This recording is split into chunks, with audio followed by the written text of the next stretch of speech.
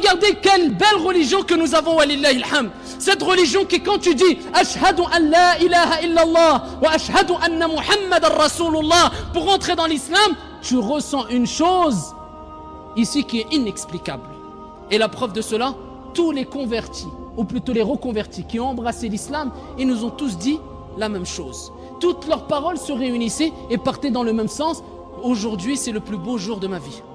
À partir du moment où ils ont dit une seule phrase, pour entrer en islam, il n'y a pas besoin de faire 1000 concours, il n'y a pas besoin d'être très intelligent, il n'y a pas besoin de faire je ne sais quoi, il n'y a pas besoin de prouver je ne sais quoi. Il suffit de dire une petite phrase. Une petite phrase qui est la clé du paradis. Écoute bien, j'atteste qu'il n'y a de divinité qu'un Dieu unique. Il n'y a de divinité digne d'être adoré, c'est-à-dire digne d'être adoré qu'un Dieu unique. Et j'atteste que Mohammed est son prophète et son envoyé, alayhi salatu wassalam. Et tu dois reconnaître que le paradis est une vérité, que l'enfer est une vérité, que les livres révélés sont une vérité, que les anges sont une vérité, que le jour de la résurrection est une vérité. Et tu dois reconnaître et croire en tous les prophètes et les envoyés, c'est-à-dire Moïse, Noé, Adam, Noé alayhi salam, Moussa, Isa, Mohammed alayhi salatu wassalam, Abraham, Ibrahim. Mais tu les reconnais comme étant des prophètes et des envoyés, et pas des dieux, pas des divinités. Pourquoi? Innaka mayyitun wa innahum mayyitun. Allah a dit dans le Coran al-Karim au prophète Mohammed alayhi salatu wassalam, tu mourras et ils devront tous mourir.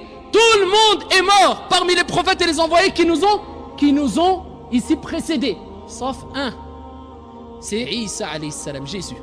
Et voilà la logique de l'islam, ayyuhal ahibba. Même les non-musulmans parmi les juifs et les chrétiens le disent et le reconnaissent, que ici Jésus redescendra et ça fait partie des signes de la fin des temps. Mais nous disons oui, Jésus redescendra à la fin des temps et il combattra l'antéchrist Masih ad-Dajjal par la permission d'Allah Azza wa Jal.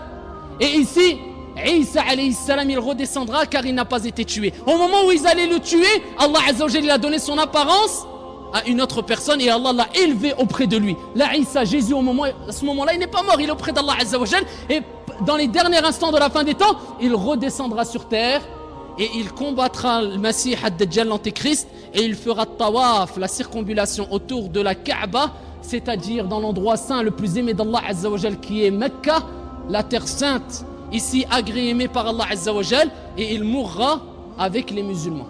Walillahi alhamd. Ça c'est notre